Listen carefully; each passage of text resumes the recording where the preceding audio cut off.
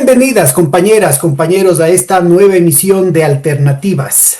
Jonathan Báez, fundador de Equatoris, un centro de investigación muy importante que está floreciendo recientemente en el país, docente universitario, docente de la Escuela Politécnica Nacional, ha tenido la gentileza de aceptar nuevamente la invitación. Será por Navidad que nos acepta la invitación, porque es de hecho el muy. Y así es que estamos muy contentos de tenerlo aquí para conversar de tantos temas que son cruciales para el país, más aún cuando en un ambiente en el que tenemos un verdadero desierto, la gente no investiga, las universidades no investigan. Y en ese sentido, Jonathan siempre ha sido una excepción. De nuevo, muchísimas gracias y bienvenido, Jonathan. Muchísimas gracias, mi querido Pedro. Para mí siempre es un honor estar contigo. Para las personas que nos escuchan, tienen que saber que Pedro fue mi maestro en varios espacios. Nunca tuve la oportunidad de que sea mi profesor, pero fue más que eso en los espacios que teníamos, porque su escritorio estaba frente al mío y como llegábamos temprano, teníamos de ahí los largos debates donde yo aprendí mucho. En el taller de coyuntura también aprendí mucho y me parece que esos son espacios valiosos que la universidad debería guardar. O sea, las personas que ya se van jubilando tienen tanto conocimiento, tanta sabiduría y tanta experiencia en conjunto y que de repente se jubilen y se vayan simplemente sin dejar como, porque muchos les cuestionan, nos dicen, es que el Pedro Páez no dejó una escuela de pensamiento que siga la pauta, pero es porque no hay las condiciones, como tú mencionabas, para que eso se geste, o sea, para que se tenga una escuela de investigadores, de investigadoras, y que después de ellos sigan la pauta y que, claro, la persona que, por fuerza, que ya tiene muchísimos años ahí, lo pueda generar. Entonces, son como estas suertes de escuelas parciales, ¿no? Parchadas, porque son de personas que muy generosamente donaron, redistribuyeron su conocimiento y que eso ahora nos acompaña. A mí, yo tengo varios elementos que haciendo retracción, digo, claro, esto decía el Pedro, entonces esto se va por aquí, esto lo entiendo por acá, y digo, claro, claro, esto estoy viéndolo así, de tal manera, lo puedo ver bajo esta perspectiva, Pero además claro. con el tema de que al menos en ese taller, ¿no es cierto?, teníamos confrontaciones muy fuertes, muy duras, todas las semanas, con gente como el Francisco Muñoz, ¿no?, el tan recordado y recientemente fallecido Francisco Muñoz, con el que siempre pudimos hacer un debate de altura, ¿no? Que es otra de las cosas que echamos de menos en las universidades, el hecho de que se Mi debata querido, con argumentos. mi querido Negro Muñoz, que con él fue también los primeros pininos, recuerdo yo, de la investigación, y que en ese espacio también tuvimos debates serios. Recuerdo yo que quería demostrar que en un proyecto, es muy curioso, ¿verdad? El gobierno, cuando estaba el gobierno de Correa, financia en la Universidad Central un proyecto que se llamaba Balance Crítico del Gobierno de Correa, donde nos contratan como becarios, nos dan sueldo básico, nos dan seguro social. O sea, yo me pongo a imaginar ahorita si es que el presidente Noboa va a financiar el balance crítico del gobierno de Noboa y que nos afilien. Capaz que dice que nos den un bono, jóvenes en Pero verás, investigación. Novoa te da un bono, pero inmediatamente te pone un juicio con Contraloría, con la Fiscalía, con el SDI. Y peor vetado ahí de los espacios. Pero mira, entonces en ese espacio que lo dirigía el Negro Muñoz, pues bien interesante porque se financió eso. Y eso me parece que las personas que criticaban mucho al gobierno de Corea, que tenían un balance muy crítico, hay que decirlo, fueron financiados por el mismo gobierno. Entonces me parece que es una muestra de, hey, aquí vamos nosotros a ver qué tanto hemos en la academia también tenido una decepción. Bueno, es un poco complejo porque al final de eso, recuerdo que a rajatabla se quería mostrar una cosa, yo dije los datos muestran otras y al final ese dato no pusieron. Entonces yo dije ahí, algo no, algo quizás debería investigarse mejor. Entonces, pero siempre fue en el espacio de debate, recuerdo que había unos debates así, pero parecía que ya se saltaban al cuello, decía yo. O sea, tengo que sostener al Pedro porque el Pedro le va a saltar a alguien, pero también me parece que era un momento muy álgido, porque recordarás tú que cuando estaba el gobierno también de Corea,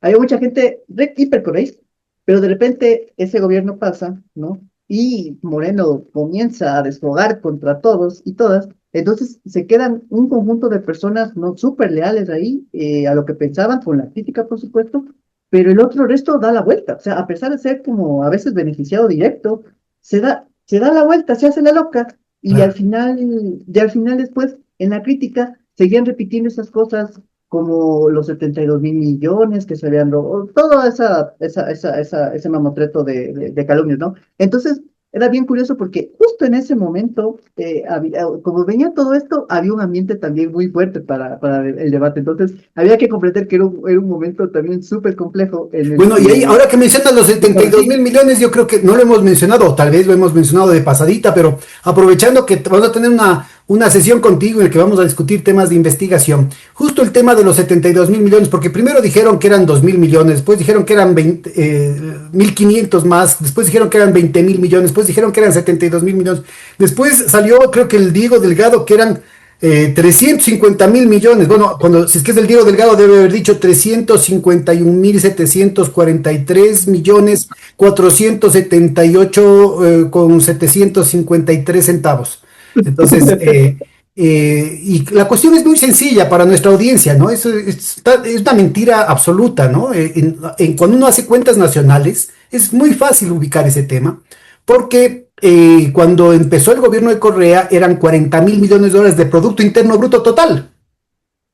Si es que los correístas nos robamos 72 mil millones, quiere decir que más que duplicamos el Producto Interno Bruto total, porque de acuerdo al Banco Mundial se duplicó el Producto Interno Bruto Mundial de 40 mil a 104 mil millones. Más 72 mil millones, entonces fueron 176 mil millones de dólares. Así de sencillo. Es decir, se triplicó, más que se triplicó el Producto Interno Bruto del Ecuador, ¿no? Entonces, yo creo que hay que ver las cosas con un poco de seriedad, aunque en este periodo, digamos, de tanta mentira estadística, en el que el Banco Central se ha atrevido para hacerle quedar mal al gobierno de Correa y hacerle quedar bien al de Lazo, ha planteado que Lazo ha tenido tasas de crecimiento que son el doble de las del crecimiento chino, imagínate. Entonces, cualquier cosa puede pasar, ¿no? Oye, pero eso es súper complejo lo que tú mencionas porque el tema, o sea, hay como una suerte de, yo no sé cómo es, sicariato estadístico Claro. ¿cómo se llama esto? Cuando tú pagas mercenarismo estadístico, porque eso que tú ves en el Banco Central cambiaron de base fija a base móvil, cortaron todas las... ¿Recuerdas tú, Pedro, antes de que entremos en materia, porque siempre es bueno esto, eh, yo estaba como construyendo, ¿no? Para dar clases, el tema de las estadísticas de el PIB por método del ingreso, porque de esa forma se puede medir un poco qué va a capital, qué va al trabajo, y de repente tú ves que la serie se corta, o sea, simplemente se corta. ¿Por qué?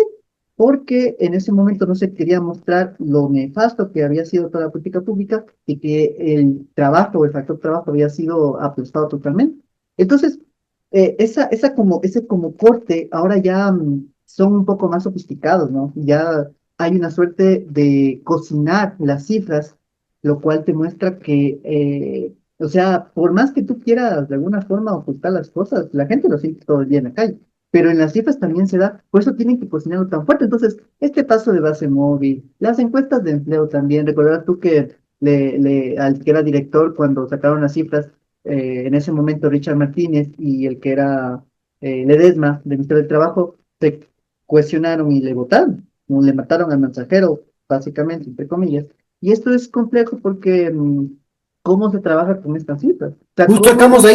ahí fue que sacamos en el boletín que vos coordinabas del Instituto de Investigaciones Económicas, de la Central, sacamos un artículo en el que mostrábamos que en medio año había aumentado en medio millón el número de pobres. Y lo que pedíamos es que se rectifique la política económica, ¿no? Porque íbamos a ir a donde estábamos yendo. Y lo que pasó es que no solamente le votaron, acuérdate, al director del INEC, porque él le obligaron a que salga a replicarme el artículo, y no había cómo, pues, porque las cifras eran esas del INEC. Le pusieron al segundo y le obligaron a que rectifique y dijo que no se podía. Y al tercero, y tuvo tres al hilo, renunciaron.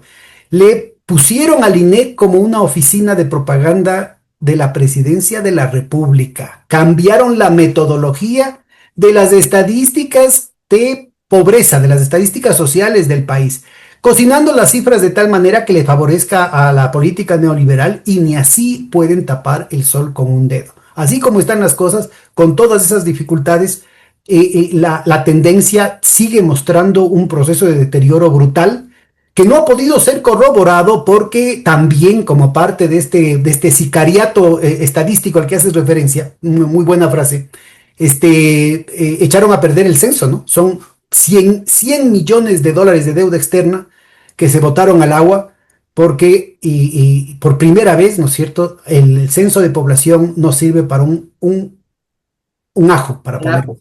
Así es.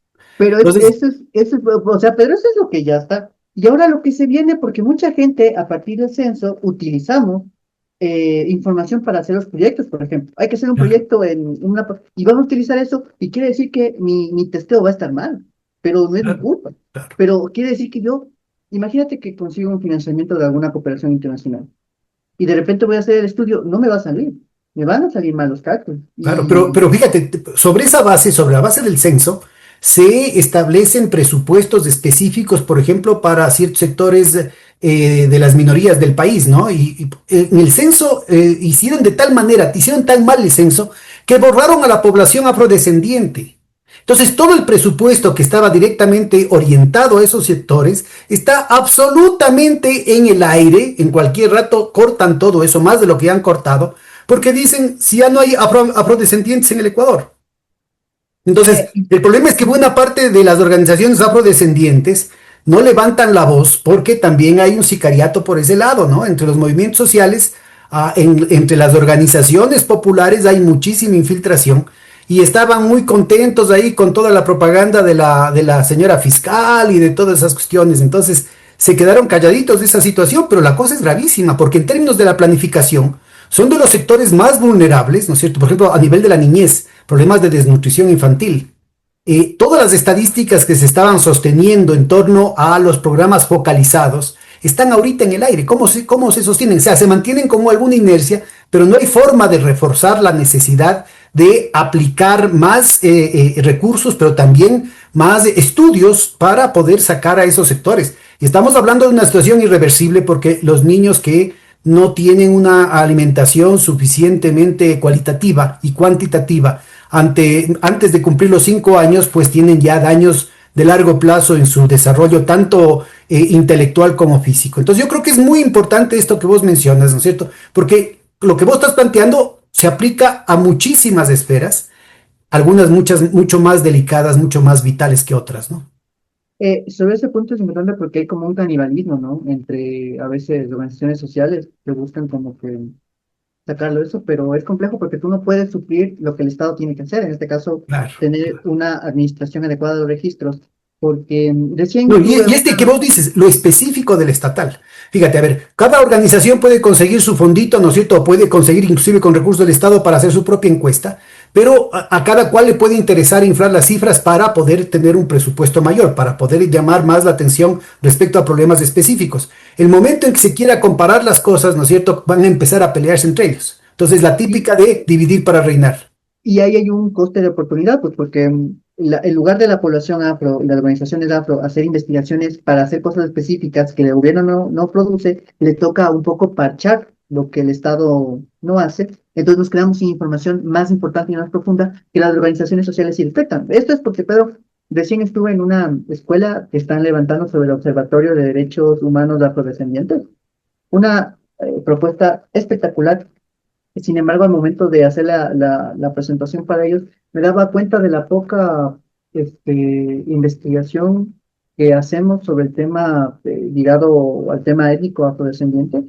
Y era muy complejo porque ahí tú veías que realmente los presupuestos son los que conducen la política pública y a las organizaciones les toca parchar esto, pero no tienen todas las herramientas estatales como tal. Y ahí es complejo lo que tú dices con el tema de la nutrición infantil, porque, o sea, las investigaciones cuando estábamos tratando de hacer eso en la universidad, recuerdo que había no un debate, había un debate, sí, pero se movió por el lado de cómo se mide la nutrición infantil. Y tú sabes que son medidas antropométricas que son súper falsosas, porque hay unos temas básicamente para que la audiencia nos entienda, antropométricas son medidas de peso y altura más. O sea, las Bueno, y mediciones también hay una muy específica para el tema de desnutrición en los huevitos, que es el tema del el aro del brazo, ¿no? ya, y Entonces hacen el diámetro, ¿cuál es el diámetro del bracito? Y de acuerdo a eso tienen una excelente indicador, digamos, del grado de de desnutrición, ¿no? A esa altura, Pero ubicando la edad exacta. Pero es interesante, es un indicador importante, pero nada supera al emoción, o sea, al que te pican y te pegan, o sea, porque el otro, justo en poblaciones por provincias donde hay una alta abundancia, ya por encuesta, no por el censo de población afrodescendiente, ves que es como si la desnutrición crónica infantil eres bajita, pero es porque tendencialmente su altura tiende a ser mayor que la de la media de los demás lugares del país. Entonces, todo esto te lleva a un montón de equívocos. Ahora, imagínate, mal medido el censo, mal medida de nutrición crónica infantil, mal medida pobreza, mal medida empleo. O sea, todo esto conduce a que al final la política pública te diga, es que aquí no decía que había desnutrición infantil, pues yo metí plata acá. Y todo esto sigue asolando poblaciones. Entonces, tenemos un problema de submedición, subregistro en las poblaciones vulnerables, ¿no? Que es un poco para ocultar la realidad de la gente que sufre. Y está el otro lado de las cifras, en cambio, de esa gente que crece, que se beneficia, y un poco me parece que ya, no sé cómo decirlo, tampoco hay que ser pobretolo, es decir, siempre estar viendo el lado vulnerable, porque eso nos nubla la visión del lado que se beneficia de esa situación. Entonces hay que ver en esta dimensión doble cara, doble moneda. Y me Bueno, parece aquí en el caso, en el caso con estos gobiernos es facilito porque recortan la inversión social, recortan el gasto social, recortan el presupuesto de los hospitales, de las escuelas, ¿no es cierto? Incluyendo temas tan graves como las que hemos visto del tema de diálisis y otras enfermedades catastróficas con miles de muertes que se pueden haber evitado. Y al mismo tiempo, ¿no es cierto?, quienes se benefician, ellos los ricos que se están borrando los impuestos, pues que ya no tienen que pagar impuestos. Entonces, yo creo que ahí vos empezaste a hacer unos estudios en el Instituto de Investigaciones Económicas, recuerdo, en el que mostrabas claramente que el promedio de las cifras del propio Banco Central, ojalá no hayan cocinado también esas cifras, pero en ese entonces, estamos hablando del 2018, las remuneraciones que registraba el sector de banano, de las exportaciones del agro, ¿no es cierto? Tenía un promedio de salario, en el momento que dividías el volumen de las remuneraciones para el número de trabajadores, tenías un salario promedio que estaba debajo del salario mínimo vital. Yo creo que ese es un punto importantísimo porque se muestra, ¿no es cierto? Los bananeros, los cacaoteros, los cafetaleros, todos han estado con muy buenos precios y con muy buena demanda en estos años, y sin embargo los asalariados, los campesinos productores, los medianos productores están en una situación siempre catastrófica. Y de todos ellos, tal vez los que en mejor situación estarían son los bananeros, porque son las explotaciones más tecnificadas, ¿no?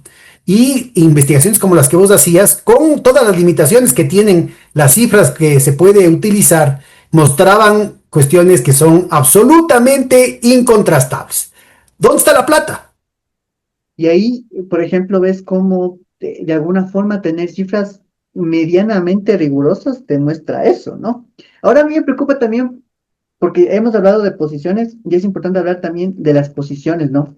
Es decir, ¿quién está detrás de eso? Entonces, eso te muestra mucho también cuál es la fuerza, no le quiero llamar la institucionalización porque eso se entiende solo en términos burocráticos, sino también la legitimación, el prestigio que tienen que tener las instituciones de que, verá, así venga señor Novoa, así venga señor Lazo, señor Moreno, señor Correa, esta institución se rige por lo más cercano a las cifras de objetividad. Es decir, no nos pueden a nosotros mover y decir que se puede hacer o no, porque si no, todo el mundo es subordinado. O Oye, sea, discúlpame que me ponga chauvinista, yo trabajé 30 años en el Banco Central desde muy muchacho, bueno, casi 30.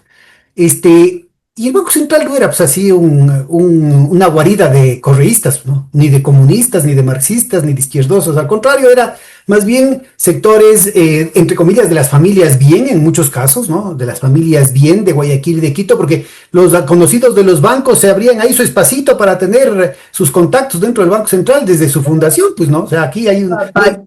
Pachano, el cuñado de Lazo. Así es, así es. Pero tienes gente de carrera, ¿no? Lo que me estoy refiriendo es que no estamos hablando de algo así particularmente sospechosos, ¿no? Al contrario, gente de derecha, gente que tenía en su gran mayoría una formación neoclásica, ortodoxa, gente que votaba por la derecha, inclusive gente del partido, ahí estuvo de carrera, era Ana Lucía Armijos, ¿no? Hija del coronel Armijos, director vitalicio del Partido Conservador Ecuatoriano. O O sea, sea, estamos claro, hablando de y Simón Cueva era el sobrino, ¿no? De la Ana Lucía. Simón Cueva, el Cueva sobrino, pero Armijo.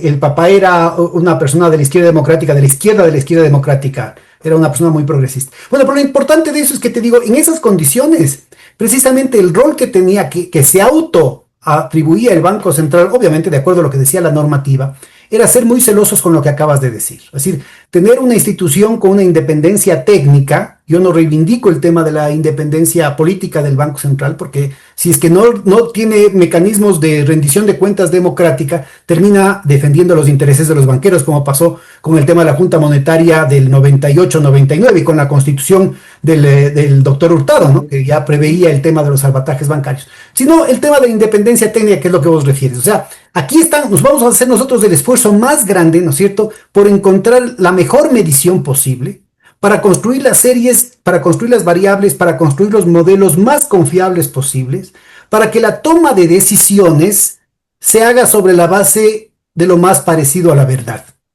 Entonces, ese esfuerzo se tenía en el Banco Central en todos los ámbitos, ¿no? Porque eran precios, que eran precios al productor, precios al consumidor, cantidades, exportaciones, importaciones, flujos de capitales, la cuestión bancaria, la cuestión fiscal, la cuestión del IE. Es decir, se tenía realmente un celo, pero era verdaderamente, yo te digo, yo aprendí en una escuela formidable en términos de la seriedad y la responsabilidad con la que hasta el último funcionario cumplía con sus obligaciones, ¿no? En no permitir que se ensucien las cifras, en tratar de siempre estar mejorando. Y en ese sentido se hizo una escuela también porque el hecho de que teníamos permanente contacto en esas épocas que no había internet, imagínate, con gente del exterior, había un contacto. Lía Aguirre, la hija de Manuel Agustín Aguirre, era jefa del área técnica que hacíamos las estadísticas, y ella siempre tenía el mejor contacto con intelectuales de otras partes del mundo. Venían misiones francesas, misiones mexicanas, venían chilenos. Ah, ah, Y por ejemplo, ahí, las cuentas nacionales del Ecuador era el departamento más, ¿cómo te digo?, más técnico en toda América Latina. El ejemplo, a nivel internacional, las cuentas nacionales del Ecuador durante décadas fueron un ejemplo mundial. pero Y mira, lástima que pero, lleguemos a estas circunstancias de ahora, pero ¿no? es lo que tú dices, justo, o sea, esa conexión de los grandes intelectuales, y yo ahí quisiera reivindicar a esos intelectuales de derecha, ya, de derecha y todo, pero intelectuales, o sea, bueno, a ver, también el intelectual es lo que el campo dice que es un intelectual. Entonces, ahorita estamos en cambio con un intelectual mediocre, a mi parecer, porque y si tú te das cuenta y haces un balance de los derechosos de antes con los derechosos de ahora, o sea, Draghi tiene una maestría, ¿dónde es? En Princeton, en Pittsburgh, inicia con P, pero es alguna universidad, digamos, prestigiosa, entre Yo comillas. sé, yo oigo que le ponen PhD por todo lado, pero yo sé que él a PhD No, no no, no, llegó, no, ¿ah? no, no, solo maestría no. Pero, por ejemplo, Pozo también estaba en la de Notre Dame. ¿Cómo se llama este señor? Spurrier, también en Notre Dame. Entonces, o sea, había cierto nivel, digo yo. Ahora, en cambio, siento que la derecha se merece unos mejores y nosotros mismos, No, hasta pero para acabo competir. de mencionar dos figuras muy importantes, antes, además ambas mujeres, ¿no?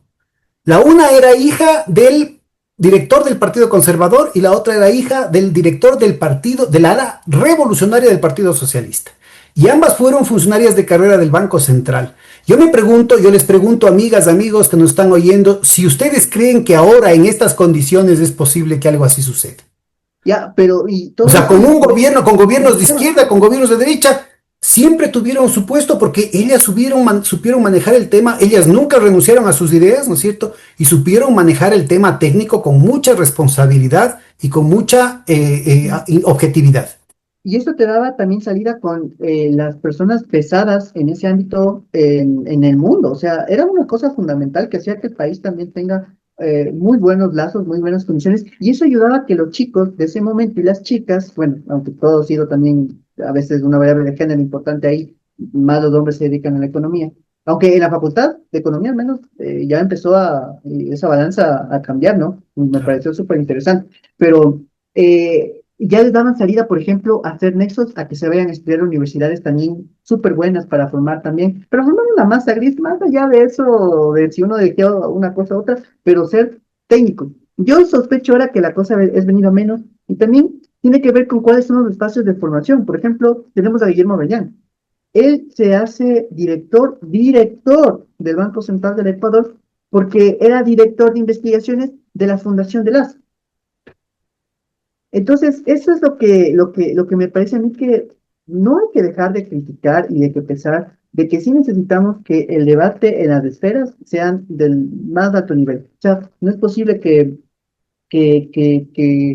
no existe ese nivel y tengamos que siempre bajar el nivel para partir, para debatir en ese bajo nivel. Ahora, esto con la precaución también de decir que solo los que estudian en universidades de afuera y pagadas son buenos, ¿no? Porque ya tenemos el caso de varias gente que tiene, por ejemplo, doctorados, maestrías, bueno, maestrías más en Harvard, ¿no? Que es como la meca, donde nadie lee que también es un cúmulo bastante político, ¿no? En la Kennedy estaba el señor Yamin Awad, que ahora ya quiere aparecer como la gran figura que salvó el Ecuador.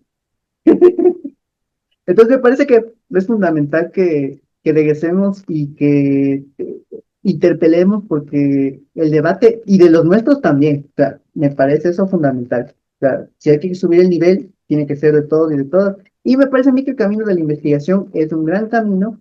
Lastimosamente decíamos antes de que inicie, cuando estábamos ahí sí chismeando con nombres y apellidos, junto con Pedro, eh, cuáles eran básicamente los escollos que tiene la investigación y que en medio de eso un poco vamos navegando y tratando de sacar cosas que permitan que personas que están en el más alto nivel de sus campos sean los que puedan estar ahí manejando la situación y sobre todo algo tan importante para nosotros y nosotras que es la investigación que tiene que ver con el tema de datos. Pero cuando no hay datos, nos toca recurrir específicamente a investigaciones de archivo. Bueno, Entonces, y por eso resultaba, digamos, esta cuestión que resultó del inicio de la conversación, a pesar de ser anecdótica, yo creo que da un excelente encuadre de las dificultades que tiene la investigación académica aquí en el país. Y justamente la pregunta es obvia, ¿no? Sabiendo que hay todos esos problemas con los datos, ¿cómo haces para sacar algo de las investigaciones? ¿A qué estás dedicado ahora? bueno, verán, les cuento un poquito para que la audiencia sepa un poco toda la trayectoria, porque esto es un acumulado de varios conocimientos, ¿no? A veces puede parecer que básicamente un artículo así de coyuntura que se suele publicar en los espacios que ya vamos a ver, simplemente sale, pero esto es todo un acumulado de conocimiento colectivo, porque en el taller de coyuntura nos peleábamos mucho, sí, es verdad, pero también en momentos se hacía minga para saber un dato, cómo sacarlo y cómo interpretarlo. Y eso era muy interesante porque era la oportunidad de poner a prueba el dato que uno sacaba y ver si es que estaba siendo estimado de manera adecuada, pero también interpretado de manera adecuada, porque quizá la interpretación iba por otro lado y a veces también un poco el sesgo que uno tiene respecto a demostrar que algo está bien o algo está mal, encaminaba en otro lado y me parece a mí que colectivizar ese dato permitía de alguna forma darle más fuerza al argumento. O, por otra parte, estimar otro. Entonces, el tema de hacerlo colectivo es sumamente importante, ¿no? Entonces, cuando estaba arrancando a Ecuatoris, que me gustaría un poco tomarme un minuto para decirles de dónde surge, ¿no? Yo decía en la última presentación, ¿no? Me decían, ¿por qué ese nombre? A Ecuatoris, ¿no? Pues está difícil de pronunciar. Yo les decía, verán, el Ecuador proviene, ¿no? De una palabra que es a Ecuador. ¿Qué significa igualador? Entonces les digo, ¿ustedes han escuchado la línea ecuatorial? Entonces todo el mundo me decía, sí, esa es la línea que divide el norte y el sur. Les decía, no tanto, miren cómo nos han metido tanto en la cabeza el tema de divisiones, porque a Ecuador no significa divisor, significa igualador. Es el único espacio en la Tierra, es un término utilizado en astronomía, que significa el punto, el único punto que iguala el norte y el sur. Entonces, nuestro nombre proviene de igualdad, de igualador. Lastimosamente, ahorita el Ecuador es sinónimo de desigualdad. Entonces, yo le puse a Ecuatoris como esta búsqueda de reivindicación de volver al Ecuador un país de igualdad, de equidad, ¿no? Entonces, bajo esta premisa, pues aquí junto con Pedro también nació la página web, lo cual ustedes lo tienen a disposición, como lo pueden revisar. Sin embargo, ahora tenemos otra apuesta que es básicamente la construcción también de artículos, pero esta vez bajo otra plataforma, ¿no? Básicamente esta plataforma lo que nos permite es tener una suerte de suscripciones, lo cual sostiene en cambio la otra página, es decir, tratando de hacer esta suerte de sustentabilidad, ¿ya? De sustentable el flujo, porque como saben, la investigación, y al menos la investigación que tiende a criticar, pues no siempre es financiada, ¿no? Es como que financiamos, pero no seas tan crítico. No, financiamos, pero este dato no lo pongas. Entonces, frente a esto, yo no podía hacer otra cosa que decir, entonces voy a montar mi propia plataforma para hacer las investigaciones que tienen que ser mostradas, ¿no?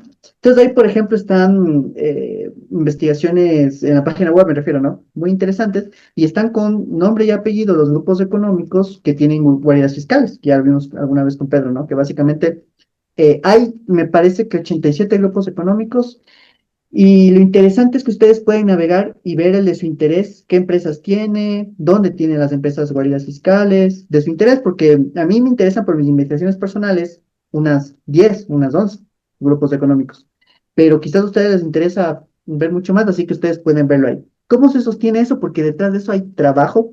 Primero, trabajo de programación, trabajo de investigación. Hoy ustedes ven un grafiquito de red, ¿no? Van a ver ahí, ya lo voy a presentar más adelantito si tenemos tiempito. Pero ese grafiquito de red cuesta primero estimarlo, trabajarlo. Y aparte, hablando de eso del SRI, también hablando de base de datos, pero es bien curioso porque la base de datos del SRI tiene unos errorcillos por ahí. Entonces, es una base increíble. Algunos son de buena fe y otras no tanto, ¿no? Algunos sí, algunos no. Noto que hay también es bien dilemático porque hay sí un espíritu de cuerpo con las personas que hacen investigación, porque como van cambiando de lugares, por ejemplo, hay una empresa que estaba en las Bahamas y ahora la han trasladado a Quito. Quito. Tiene el mismo nombre, pero lo trasladan. Entonces, efectuar esos cambios, multiplícalo por 1 millón de empresas que tienen esos personajes, pues, trabajando, pero bueno. Pero es tan buena que verán, la otra vez yo tuve una presentación en una sección de la Unión Europea dedicada al tema de lavado de activos y flujos ilícitos. Y la gente de Europa se quedó fascinada de las bases de datos que teníamos con el SRI y las bases de datos que teníamos con la Superintendencia de Compañías, por el acceso que se tenía información. A ver, es lo más cercano que se tenía a nivel mundial de tener acceso a información. Y claro, eso me hizo caer en cuenta, conversando con gente de la Justin Network, de colegas que hacen esto en Inglaterra, en los lados de Europa, que buscan el tema de beneficiarios finales. Ellos decían, hay que hacer una investigación de cómo esto fue abierto. Claro, yo hice una investigación aplicada con los datos ahí disponibles. Y claro, esto me hacía caer en cuenta que yo nunca pude haber hecho esta publicación de acá si es que no existía el chance de que existe esto acá, ¿no? Me refiero a esta investigación de acá. Un Ahí hay un segundito. esfuerzo en la época que el SRI estuvo presidida por el Marx Carrasco, en la que se logró se logró detectar 215 grupos monopólicos y que algunos investigadores estaban tan mareados, sobre todo en la izquierda anticorreísta, que decían, vean, ahí está con Correa, aumentaron 215 los grupos monopólicos. Y no es que aumentaron, sino que se les lograba detectar y se les lograba Pero, constituir como un objetivo de investigación y de seguimiento con cifras a disposición de los investigadores. oye, y tú recuerdas, yo recuerdo muy bien eso porque yo era un guambrito y le veía al señor superintendente de control de poder del mercado hablando en la Andina, ¿recuerdas? Y ahí fue cuando tú dijiste eso, vean, hay que ver esto de aquí, porque, o sea, no es que ahorita nacen los grupos económicos. Entonces, yo en mi cabeza decía, mucho tiempo después, ¿no? Porque yo también tuve una etapa de envolvimiento izquierdoso mal, un movimiento de izquierdoso antiestatal, diría yo, ¿no? Eso era lo que yo conocía, lo que yo sabía, Bueno, y lo que yo... hasta ahora eres anarquista, no te hagas. Oye, pero no lo reveles, no lo divulgues. Y en esa sesión era bien interesante porque después era como si el peor error del correísmo hubiera sido develar las cifras. O sea, como sacan desde 2007, quiere decir que los grupos económicos comenzaron a concentrar en 2007. Oigan, y de ahí me puse a investigar y ahí tenemos al señor Guillermo Navarro, a Luis Fierro. O sea, hay investigaciones aquí de grupos monopólicos, pero nada sistemático como lo que el SRI luchó en hacer. Y eso me parece que es muy valioso y se mantiene hasta ahora, verás.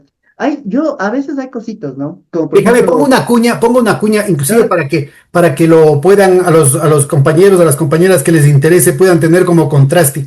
Hay una investigación sin parangón hecha por ETCH de Suiza, que es una universidad de mucho prestigio de allá, para el año 2007, con investigación de todas las autoridades de impuestos del mundo, obviamente con las informaciones declaradas, pero tenían todo el manejo corporativo, o sea, tenían a nivel mundial y lograron hacer un trabajo muy detallado, con lo mejor de la tecnología que tenían en ese momento, de la estructura de propiedad.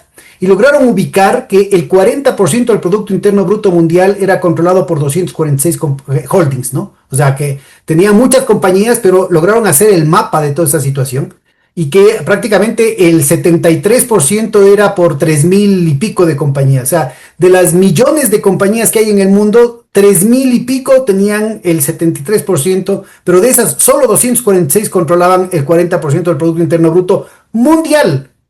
Así es que vean ustedes el tipo de metodologías, pueden meterse a la página web de, ya les digo, está en esta ONG, esta Universidad Suiza, y lastimosamente no han replicado esa investigación, ¿no? Yo creo que ese es un paraguas de parangón importantísimo, porque como en alguna conversación que teníamos con el equipo de Alan Henry y Cristina Bastidas, tuvimos una conversación, no sé si les conoces a ellos, claro, claro. es importantísimo entender que la forma de estructuración de las élites está cambiando a nivel mundial. Entonces, no solamente es de aquí, sino que ya no estamos hablando de los millonarios, sino que ahora se reúnen entre los trillonarios, o sea, ya los que tienen millones de dólares. Entonces, por eso es que es la desesperación de los hijitos de papá criollos, como el actual presidente, ¿no es cierto? Por agazapar, ¿no es cierto? El come solito, para poder tener la cuota de entrada para esos clubes tan exclusivos, ¿no? Los clubes en los que, por cierto, siempre está el señor Epstein, a propósito de las Eh, Islas Vírgenes Británicas y las Islas Vírgenes de los Estados Unidos, en la que lo oye, único virgen es la isla. pero viste que eso incluso hizo remesón en el ámbito de la monarquía, ¿no? Le quitaron Claro, al Andrew, ¿no? claro, El pero tema. mira, yo oí una entrevista de un investigador que mostraba que habían tres bancos ecuatorianos que estaban involucrados, y los mencionó, tres bancos Ah, ecuatorianos que había eso, que hacer la investigación porque aparecen en toda la red de chantajes, de filtraciones, tráfico de menores, etcétera, etcétera. eso hay que replicar. De hecho, yo también aquí, entre infidencias e infidencias, uy, bueno, mejor esto no va a contar porque voy a tener en mis memorias para que quede ahí. Pero también estas agencias hiper que te vigilan tienen todo un listado de los grupos de poder, ya con quién toca hablar en los países para. Y lo que tú mencionas es bien importante del ámbito de la incursión financiera, de monarquías, de las redes de poder, pues, porque en ese mundo, como se va construyendo y se va manejando hay muchos velos que se destapan, pero que al mismo tiempo te muestran que no caen mal parados, ¿no? Porque a este señor que le quitan sus títulos nobiliarios, entre comillas, pero queda bien parado. O sea, va a tener una manutención como de 6 ceros, alguna cosa así. O sea, es como que no caen, ¿cómo se ha dicho? No caen en Pero desgracia. ellos siempre tienen un retiro dorado, pues. Perfectamente. Entonces, pero ¿por qué nos devenimos de esto? Porque el Ecuador tiene unas bases de datos importantísimas y eso permite hacer investigación, pero también hay que escudriñar un poquito más. Y eso me parece a mí el olfato que te enseñan cuando eres aprendiz de investigador, porque algo parece que no termina de cuadrar y era lo que tú decías, pero en este librito de acá, que ya por fin salió. Ah, ya salió, qué bueno, felicidades, cuéntanos. Muchas gracias, pero salió y ahí lo que yo hago es un capítulo de los fideicomisos, porque en los grupos económicos yo encontraba un montón de fideicomisos. Decía, ¿qué eran esos fideicomisos? De repente, cuando sale el tema de los Pandora Papers, comienzo a meterme y digo, el fideicomiso GLM, Guillermo Lazo Mendoza, tiene una empresita que se llama Positano. y que esa el SBI no la registraba como parte del grupo económico. Y dije, ¿será que esto que pasa con Lazo es una tendencia en ciertos grupos económicos? Y total que me encontré con que tenían un montón de compañías LLC, ¿no? Que son las clásicas que indica la literatura para tener guardias fiscales en Estados Unidos. Y terminé descubriendo aproximadamente 88 guardias fiscales más no registradas por el SBI. Entonces, miren ahí cómo la Para el grupo investigación del Banco de Guayaquil, dices, para o el en conjunto general. de grupos económicos que tienen Ya. fideicomisos con ciertas empresas. Y esto es interesante porque si nosotros tenemos solo las guaridas fiscales como tal, parece ser que Panamá e Islas Vírgenes Británicas, ahorita que le mencionabas, Pedro, es de las más apetecidas, ¿no? Como que donde más tienen guardias fiscales. Pero al darle la vuelta en fideicomisos, en cambio es Estados Unidos el que más tiene. Entonces, eso te da cuenta de Bueno, que, discúlpame, aquí tengo que yo ponerme en discrepancia contigo. a Nos ver, la habla City vas a decir más tú. que la City de Londres y Sí, sí, Suiza, sí. pues. Sí, sí, Y sí. Suiza. A ver, a propósito del Banco de Guayaquil, la oficina del Banco de Guayaquil, la empresa del Banco de Guayaquil, que hace todo el operativo para la venta de la soberanía de las Islas Galápagos, bajo los nombres de los más nobles banderas de la reducción de la deuda externa y de la ecología, ¿no es cierto? Está trabajando con bancos suizos que han sido trincados una y otra vez de una serie de trafacías, ¿no es cierto? Que aquí en el Ecuador obviamente no se habla. Y son ellos los que constituyen este directorio totalmente opaco en el que el gobierno ecuatoriano opera en minoría, al que se le entrega todas las decisiones soberanas sobre las Islas Galápagos, que incluyen el tema de las rutas marítimas, que incluye el tema de la asignación de combustible, o sea, hasta los detalles más elementales, operativos, logísticos de la sobrevivencia de las islas están en manos de estos sectores que no se sabe a qué sectores mismos representan. Entonces, lo que tú estás investigando es importantísimo, ¿no? Y los que históricamente han sido las más grandes guaridas fiscales son precisamente la City de Londres, que no es la ciudad de Londres, sino la City, que es del distrito financiero, y determinados puntos de Suiza, lo cual no deja de lado el tema de Delaware. Acuérdate que además había los otros fideicomisos que muy valientemente lo denunció el Andrés Arauz, ¿no? El tema de Nora, Malena y Bon Narco, ¿no? Sí, pero en los registros que se tiene disponible era posible ver esto de Estados Unidos. Ahora estamos buscando una metodología para poder demostrarlo de la City, porque es algo también que se quedó pendiente desde la anterior discusión. Y Suiza, bueno, ese es clásico, está ahí pendiente, pero ahí sí vale la Y pena. acuérdate que el oro ecuatoriano desapareció en Suiza, ¿no? Claro, pero ese sí es algo que tiene también el Subman, que ahora tiene una lucha, me parece a mí importantísima a nivel Cuéntanos, a mundial. ver, cuéntanos quién es Usman, es importante, da los datos. Gabriel Zucman, bueno, es un economista, parte del equipo de Piketty, que han hecho mucha investigación sobre desigualdades, pero Zucman se dedicó más al tema paraísos fiscales, ¿no? Guaridas fiscales. Zucman tiene un libro que es el que un poco fue su tesis doctoral que le catapulta, que es una estimación de cuánto ha hecho daño las guaridas fiscales, pero él dice algo importante.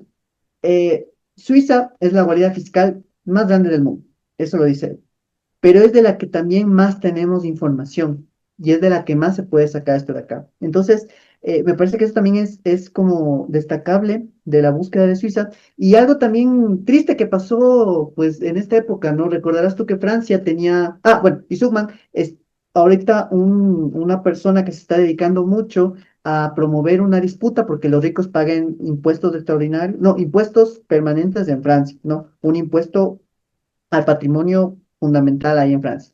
Pero ¿cuál es la noticia triste? Es que ya pues se votó en Francia, ¿no? Este impuesto, por lo menos llegó, me parece a mí que Suman tuvo algo importantísimo que es dejar de que el debate vaya por el lado de lo que la extrema derecha quiere conducir, es decir, que no tiene que haber, que tienen que disminuir los impuestos.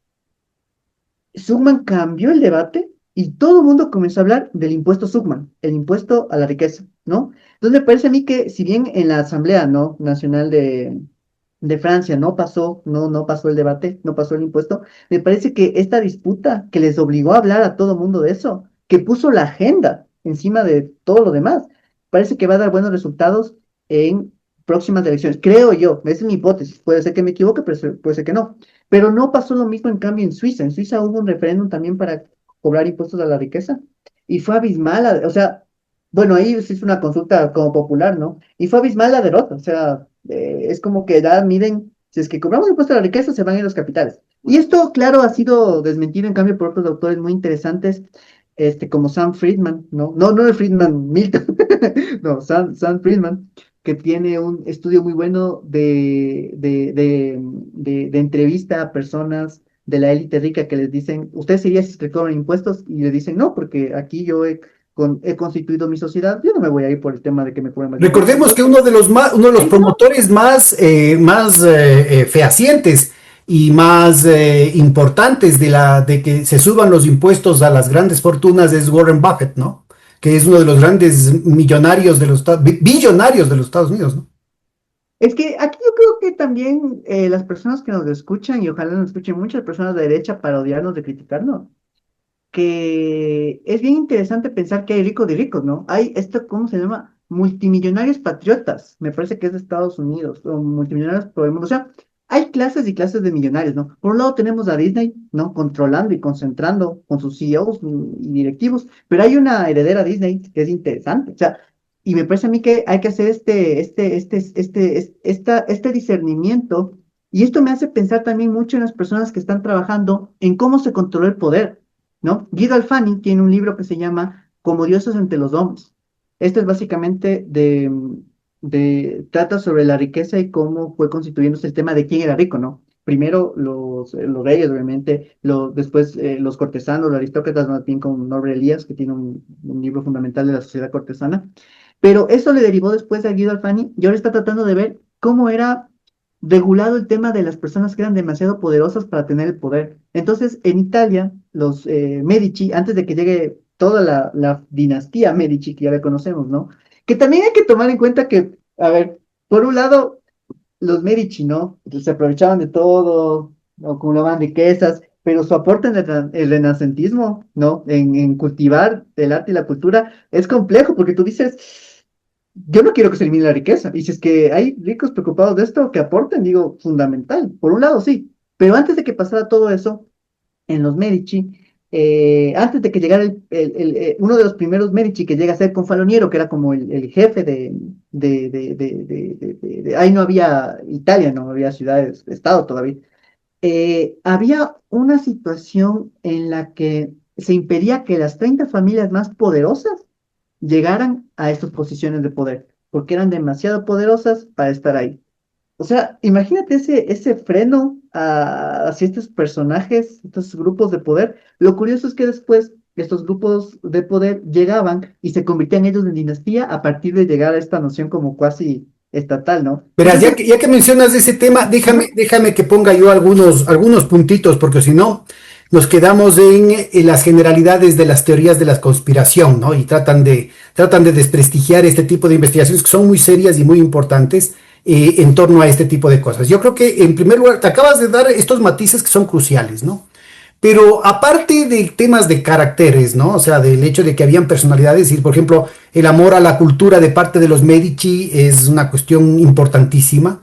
Pero por eso mismo los Medici son objeto de una terrible prensa negra, o sea, tienen una leyenda negra, ¿no es cierto?, que mancha no solamente a los protagonistas, sino ya en la decadencia de la familia, a todas las descendientes. Tuvieron un par de reinas en Francia que fueron muy importantes, que buscaron precisamente mecanismos de conciliar y de generar la paz, y que al contrario se les acusa de ser las promotoras de la violencia, y una cuestión así que no tiene nada que ver. O sea, es una manipulación de la historia que es importante ubicar, porque la historia siempre la escriben los vencedores. Y lastimosamente, inclusive en la historia progresista, no es sino la historia en muchos casos, no siempre obviamente, ¿no? Hay un Eric Hobsbawm, por ejemplo, que es formidable, hay un Mike Davis, por ejemplo, que es formidable, pero en general, ¿no es cierto?, la literatura se plantea en esa geometría lineal de derecha, centro, izquierda, y entonces la izquierda es casi un liberalismo, el ala más izquierdosa del liberalismo. Lo mismo sucede aquí en el Ecuador, en general, con excepciones importantísimas, como nuestro querido Juan Paz y Miño, en fin. Pero yo creo que es importante lo que vos acabas de mencionar, porque aquí hay una clave que creo que es crucial, ¿no? En primer lugar, no voy a mencionar detalles así de lo de Norberto Elías y esas cuestiones, pero en general hay una equiparación, o sea, hay una situación por miedo a que les digan que son marxistas, que tratan de evitar la caracterización de las dinámicas internas de los mecanismos de reproducción de la riqueza. Entonces no se puede, es absolutamente soquete poner en el mismo plano, ¿no es cierto?, aquellos que tienen su riqueza sobre la base de la renta territorial, que está ahí quieta, ¿no es cierto?, y que no hay cómo moverse, y que el rato que pierdes una guerra, perdiste la tierra, pues nomás, o sea, perdiste la tierra, perdiste los castillos, y se acabaron los siervos de la gleba, dejaste ser rico nomás, o sea, puedes quedarte con algún retiro dorado como el que hablábamos del príncipe Andrés, pero en general perdías la cuestión. Y otra cosa muy importante es el tema del capital de préstamo, el capital del interés compuesto, ¿no? Inclusive precapitalista. Entonces ahí mencionas vos un tema que es muy, muy crucial, que es el tema de la banca italiana. Ahora, la banca italiana tiene un antecedente. A la audiencia que esté interesada en estos temas, ¿no es cierto?, y que quiera salirse de toda esa noción de las 10.000 versiones de las leyendas negras, de las teorías de la conspiración, que son mecanismos de desinformación. Tengo algunas entrevistas largas con Chema Sánchez, ¿no? Ahí tienen en tertulias antiimperialistas. En alguna vez nos quedamos conversando hasta 4 horas para que veas lo dulce que es conversar de estos temas, ¿no? Pero vos das un tema que es clave, porque aquí se plantean dos grandes parámetros, ¿no es cierto? El interés compuesto puede venir desde hace 5.000 años, ¿sí? Entonces, ahí no pasa nada si es que te derrotan, porque simplemente llevas, ¿no es cierto?, tus capitales, los fondi que se decía en italiano, a otro lado. Entonces, buena parte de estas tecnologías vienen de la Babilonia, ¿no? De la antigua Babilonia. Ahí está los Aqueménidas de Koresh o Ciro el Grande, que se le llama en el occidente, ¿no? Entonces, que organizan todo este poder y que tendrá una relación con el capital comercial precapitalista, sobre todo de los fenicios, y que dominarán buena parte del escenario por siglos y por no decir milenios, con distintos nombres y a través de distintas formaciones políticas. Entonces, se meten dentro primero del imperio persa, después de los sasánidos, pero también después de la cuestión de las distintas formaciones del Mediterráneo oriental, después del imperio romano, después del imperio bizantino, después del imperio veneciano, y ahí empezamos a hablar en serio. Entonces ahí empezamos a hablar, porque mira, este filósofo ecuatoriano, Bolívar Echeverría, tenía una frase que es muy importante. No estoy de acuerdo con todo, pero me parece que es muy indicativo, ¿no? Dice, Europa no es por naturaleza capitalista, pero el capitalismo sí es por naturaleza europeo. Entonces, para entender la crisis del capitalismo actual, tienes que entender con detalle precisamente estos nitty-gritties, estos mecanismos internos de la bronca que constituyó, ¿no es cierto?, que configuró a las élites europeas que han extendido su poder sobre todo el mundo. Porque a partir de ese control de las élites europeas y sobre todo de los banqueros, y ahí es importante distinguir lo que es la banca veneciana de lo que es la banca genovesa, y un tercero en discordia que fueron los florentinos, los Medici, ¿no?, con un proyecto de civilización distinto. Entonces, cada una de estas líneas bancarias tiene una perspectiva totalmente distinta. La alianza de los venecianos y los genoveses se tragó al imperio español y se cogió todas las riquezas que hicieron el trabajo sucio los españoles, se cogieron ellos, ¿no es cierto? Se la fueron llevando primero a Holanda y después a Inglaterra, y de ahí de Inglaterra han constituido esta red de guaridas fiscales a las que vos hacías referencia. La otra banca, la de los Medici, a la que hay tantas teorías de la conspiración y tanta leyenda negra, son precisamente los que perdieron, pues. Ese proyecto de civilización fue el derrotado. O la Iglesia Católica, ¿no? Porque yo soy más papista que el Papa con el Papa Francisco, así es que me reivindico por eso. Yo, full disclosure, ¿no? Pero en general, ¿no? Es que dentro de la Iglesia también ha habido horrores y barbaridades. Pero la Iglesia Católica es otra de las derrotadas de ese proyecto civilizatorio. Y los grandes vencedores son precisamente esa línea veneciana que después está en la City de Londres y ahora está en Wall Street. Y es importantísimo ubicar este detalle, discúlpame que me largue un poquito, porque uno no entiende, ¿no es cierto?, las cosas. No es Inglaterra, no es Estados Unidos, sino que al interior de Inglaterra, al interior de los Estados Unidos, hay distintas fracciones. Y precisamente es de esta fracción del capital monopólico financiero dedicado a la especulación la que está llevando a la guerra. En cambio, que hay otras fracciones que no es que no son globalistas, que no es que no son monopólicos, son monopólicos, que no es que no son chulqueros, pero se orientan más hacia el capital productivo. Y si es que alguien presta, un banco presta un proyecto productivo, necesita que funcione. Y para que el proyecto productivo funcione, tiene que haber ingresos para que puedan comprar los productos que se están generando. Y ahí está la clave del asunto. A la otra banca, a la de la especulación, no le interesa que le paguen las deudas. Le interesa que las deudas sean eternas, como es lo que está pasando ahorita con el Ecuador, ¿no es cierto? Y ahí vos también has hecho investigación en eso, Jonathan, el hecho de que la deuda externa del Ecuador sigue creciendo, se sigue pagando la deuda cada vez más. Este año pagamos 11.600, el año siguiente van a ser 12.500, perdón, van a ser 15.500 y no se reduce el stock de la deuda que tenemos que pagar.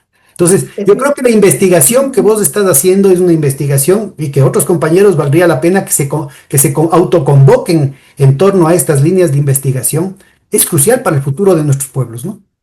Y a mí me parece que es lo que cuenta Pedro, por ejemplo, para comprender estas líneas, sí, hay varias ramificaciones, permiten comprender también en elementos políticos cómo se constituye, porque los Medici también tuvieron una etapa, imaginen en la que tenían todo, ¿no? Digamos que concentraban todos los poderes ya.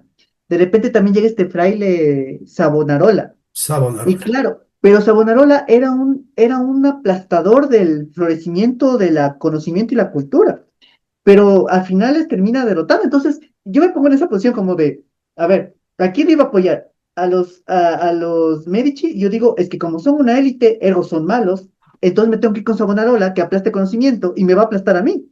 Eso es básicamente lo que yo veo que a veces pasa en ciertos países, porque estamos con la triste noticia de que Kast ya llegó a Chile. Entonces, eso nos pone a reflexionar en lo que hay que tener bien cuidado, hay que ser bien cuidadoso, porque a veces creen que porque uno estudia élites, primero vas a coger y vas a decir, las tesis de investigación que a mí me digan que las élites van en carpeta, les voy a poner 10. Y esto no es así. O sea, hay que hacer una investigación, hay que pormenorizar, uno no puede generalizar cosas, como decía Pedro. Aquí decimos cosas así porque ustedes tienen que ir como público a buscar, a Por indagar si más. acaso, a nuestra audiencia, Simón Bolívar es de las familias más Más acomodadas de rico. toda América, más ricas, los mantuanos. Eloy Alfaro era un empresario, era un exportador de los sombreros de paja toquilla de influencia internacional. Franklin Delano Roosevelt era de las familias, pero de las Delano y de los Roosevelt, que eran familias, pero del poder de siglos anteriores. No sé, pues el propio Kennedy, ¿no? Es decir, si nos ponemos a buscar más allá de las figuras revolucionarias, aquellas figuras que han estado involucradas en procesos de reforma, en procesos de inclusión, en procesos de transformaciones democráticas, en general han estado vinculadas a estas estructuras de poder. A Entonces, mí, las cosas no son blanco y negro, ¿no? a mí, Pedro, siempre yo he querido escribir, ojalá nadie me plagie, pero si la idea puede salir, la figura de Moisés.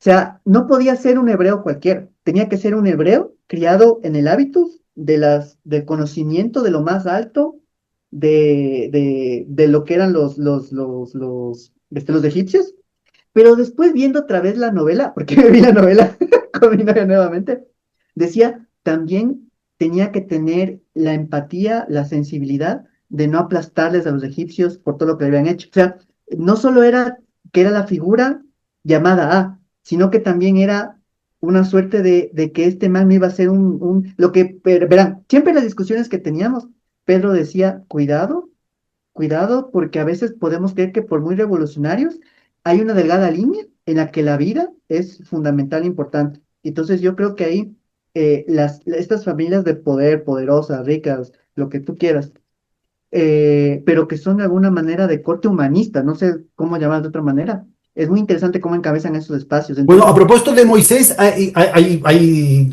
investigaciones recientes que ponen en duda que haya sido un personaje histórico, pero si quieres hacer para entender, digamos, la historia de Moisés, la narrativa en torno a Moisés, hay un texto del Manuel Agustín Aguirre en la historia del pensamiento económico que es verdaderamente formidable, ¿verdad? Esto es escrito, además, esto lo escribe la Lía Aguirre, a la que te hacía referencia, porque son las notas taquigráficas que toma ella, la hija, como alumna del Manuel Agustín Aguirre, recién inauguradita la Facultad de Ciencias Económicas de la Universidad Central, ¿no? En los 50 y, no sé, pues 55, 50, algo así.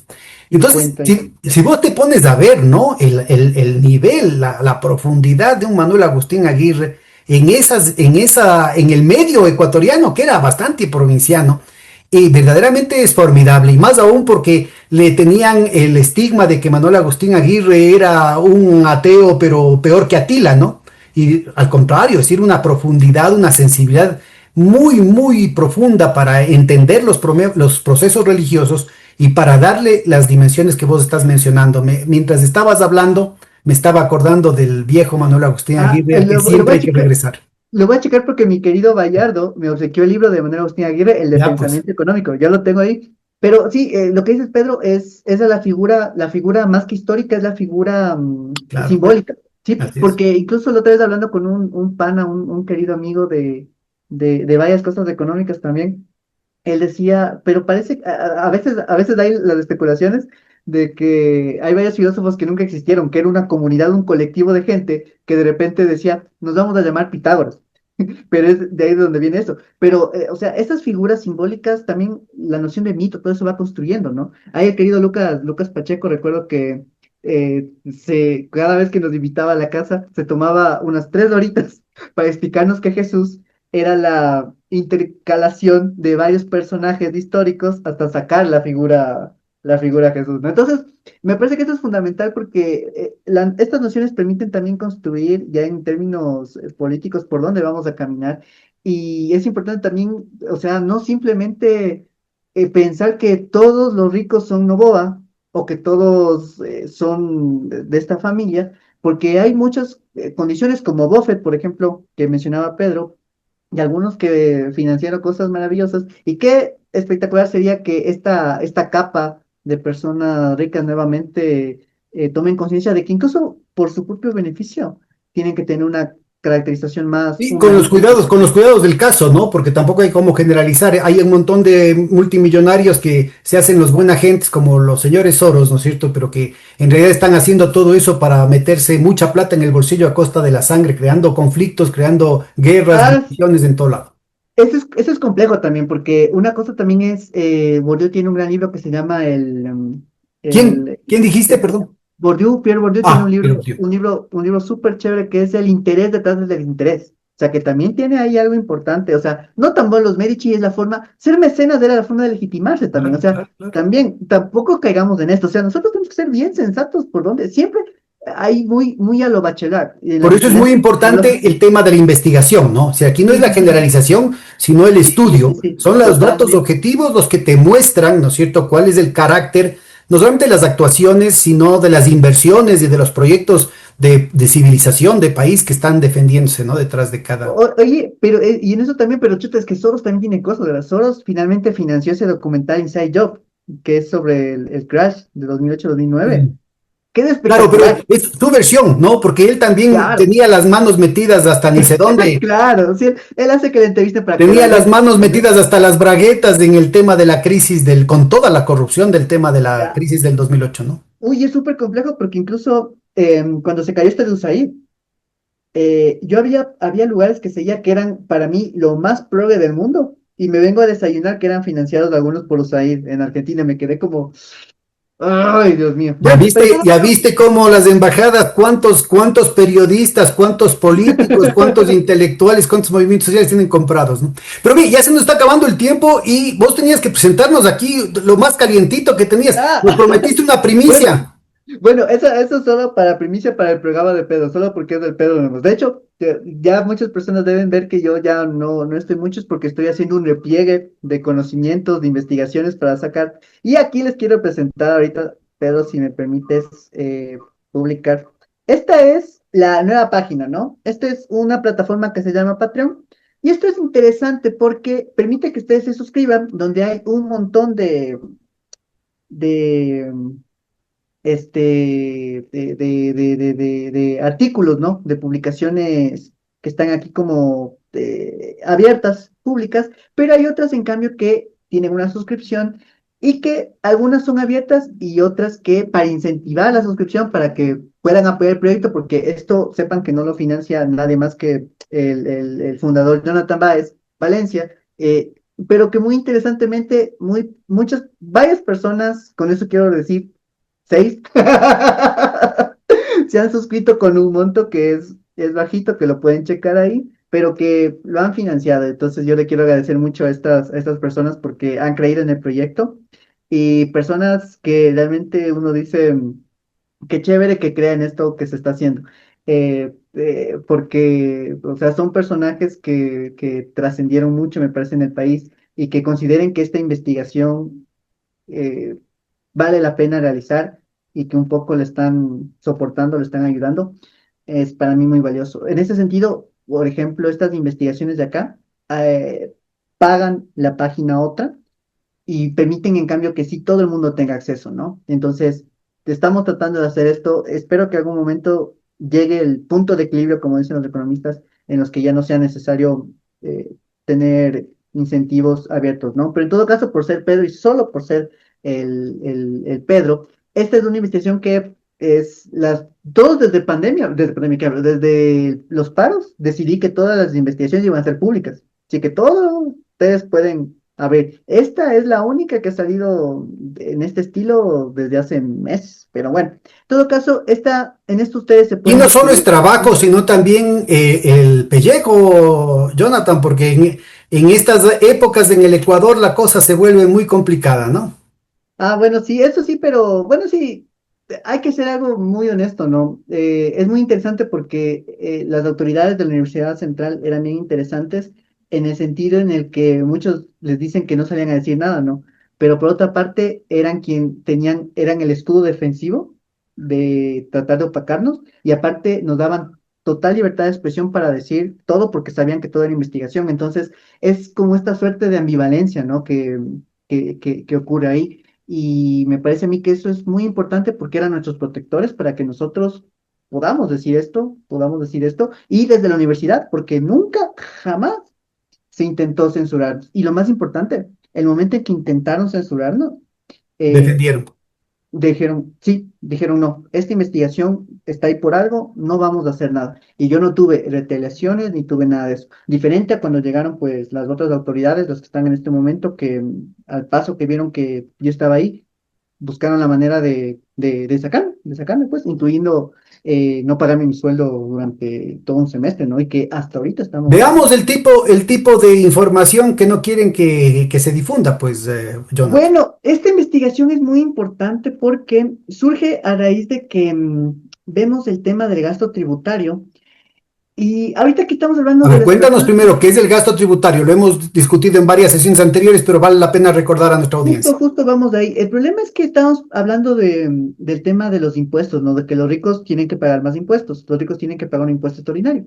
Entonces, se me ocurrió a mí decir, a ver, voy a ver esos impuestos y el impuesto que más no se paga, o perdón, uno de los impuestos que no se paga, habría que ver si es el que más, es el gasto tributario. El gasto tributario es básicamente todos los impuestos que el Estado deja de cobrar, tanto a las personas como a ciertas empresas, ¿no?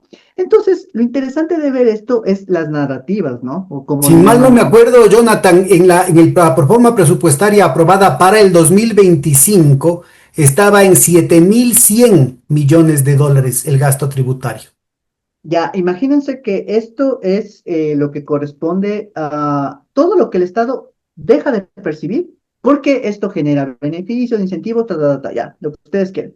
Pero aquí pasa algo importante y es a quién el Estado beneficia más subsidiando en relación a otras ramas de actividad. Por ejemplo, Pedro, dices que tú vas a financiar el tema de incentivar, tema de industria, de manufactura acá. Yo digo, está bien, está interesante. Pero hay un suceso extraño que pasa entre 2017 y 2024. Primero, que si sumamos nosotros todo lo que el Estado ha dejado de percibir en la rama de actividad financiera y seguros, no, ya no solo estamos hablando de bancos, de la banca, estamos hablando también de los seguros, es básicamente, o el monto llega a $1.000 millones, ¿ya? Pero aquí viene lo interesante. Esta tablita es muy importante porque nos muestra básicamente la tendencia entre 2017 y 2024, nos muestra el ranking, ¿no? Recuerden que hay ramas de actividad, ¿ya? Agricultura, comercio, y el ranking corresponde a qué lugar ocupaba las actividades financieras y seguros en relación a total de ramas de actividad, que son aproximadamente unas 24, 23, si no estoy equivocado, ¿ya?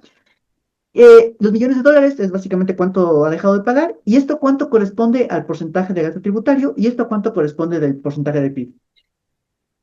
Quiero que observen cómo entre 2017 y 2018 el ranking de estas actividades financieras y seguros ocupaban el sexto y el décimo lugar.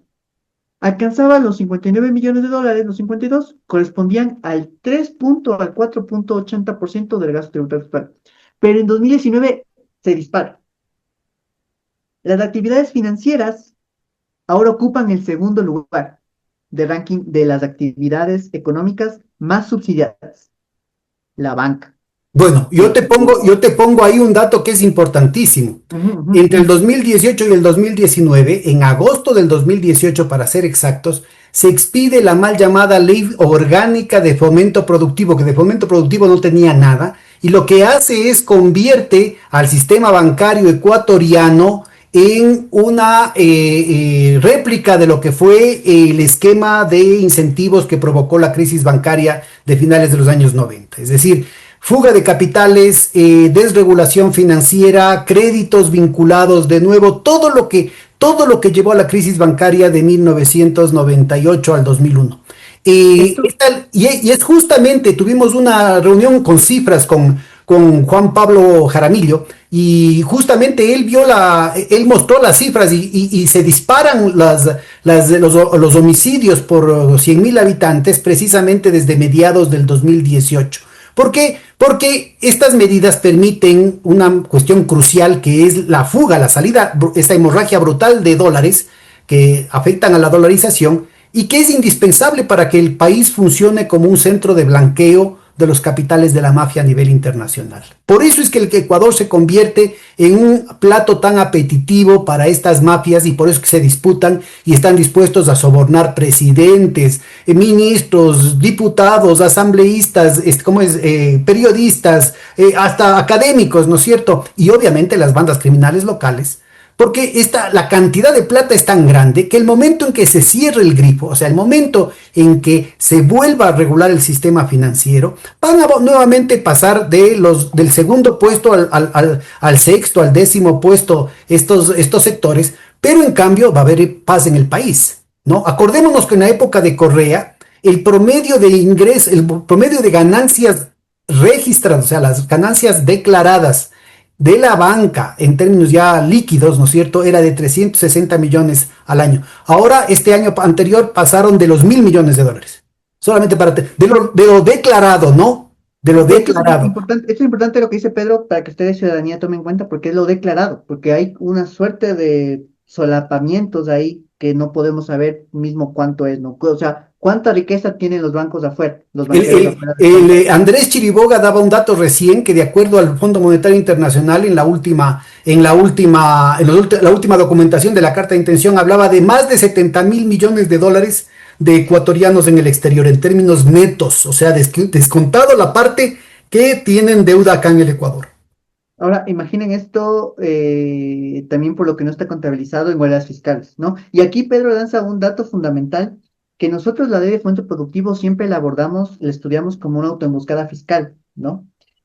Pero vemos también cómo hay otra sección de todo el tema bancario, por eso mencionaban que era una trole, ¿no? O sea, que era un conjunto de ley que se cambiaba todo. Por eso la clave es entender cómo se desarma el sistema y hay cómo hay varios agentes eficientes en esto, ¿no? Los asambleístas de ese momento, todas las personas que... Aquí Pedro también dice algo importante. Yo estoy de acuerdo con la independencia técnica, pero no con la independencia política, porque ahora venden el tema de independencia del Banco Central del Ecuador.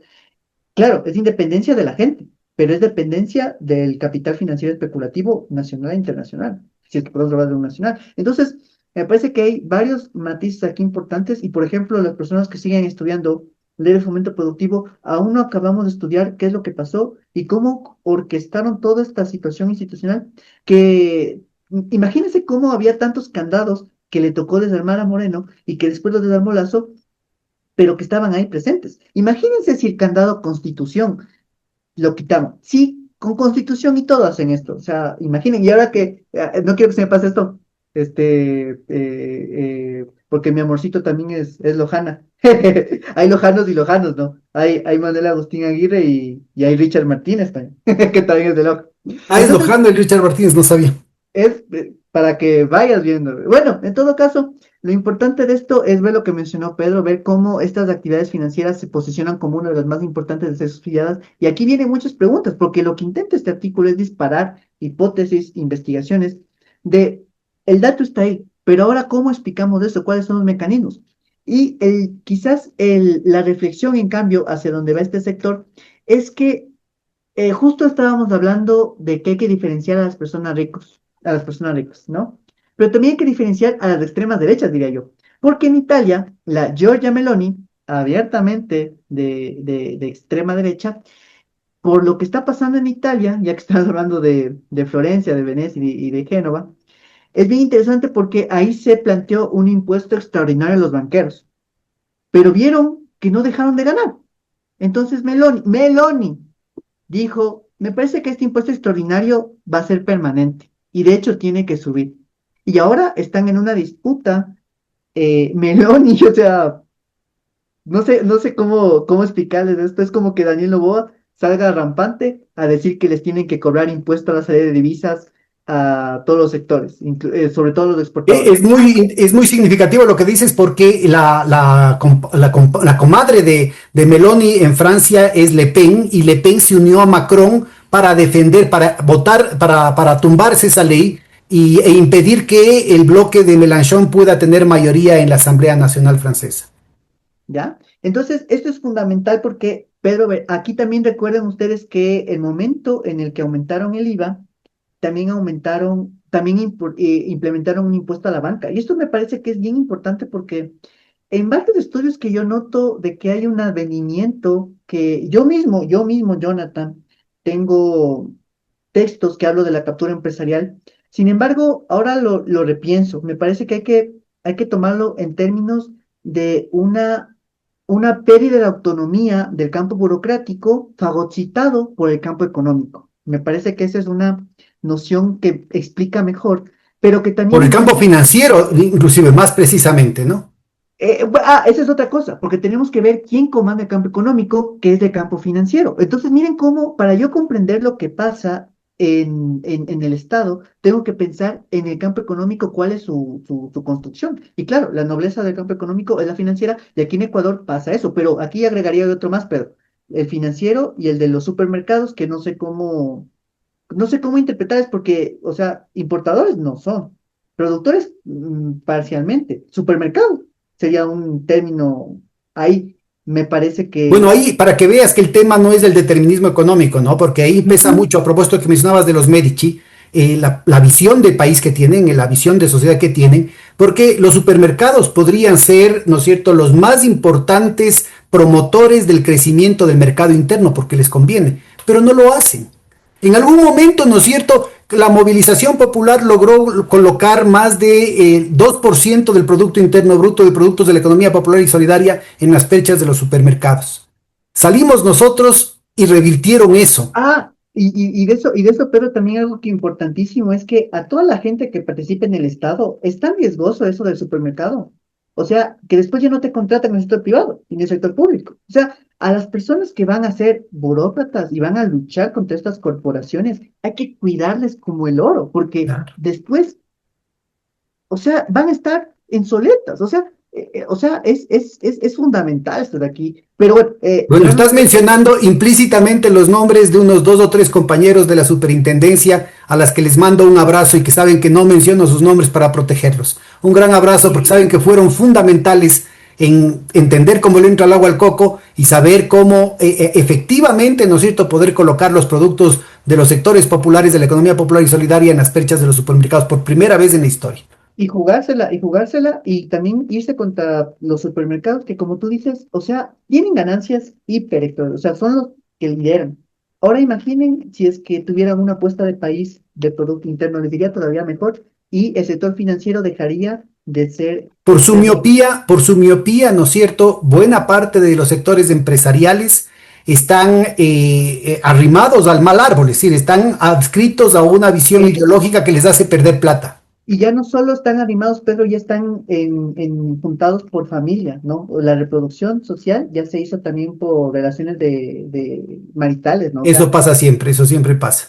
pero ya hay una reciente que es bien compleja, ¿verdad? Ya tenemos al primer supermercado más importante y ha unido al banco del señor Lazo, por Ah, uno de mira. sus lobbies. Entonces, miren, eso es lo complejo, ¿no? Pero esto es fundamental porque no simplemente podemos decir que la captura explica todo, o sea, está bien como tema político, quizás. Yo mismo lo he utilizado, miren, pero yo mismo reculo sobre mis propios escritos y digo, estas cosas las puedo explicar mejor con este marco analítico. Miren cómo uno nunca deja de investigar y aprender. Ahora yo comprendo mejor cosas de lo que escribía hace 5 años. Entonces, hay cosas que sí las defiendo porque son investigaciones y rigurosas serias, pero me parece que en términos analíticos lo podemos explotar todavía más para comprender mejor lo que está ocurriendo. En ese sentido, por ejemplo, el tema de captura es importante, pero también el tema del contrapeso y las posiciones fundamentales que fueron ocupar la asamblea. O sea,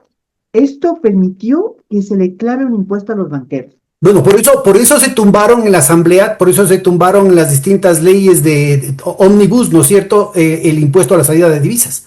Porque lo que Pero, Pedro, necesitaban, ese gasto tributario que tienes vos, 1.700 millones, ¿hacías referencia? ¿Cuánto era?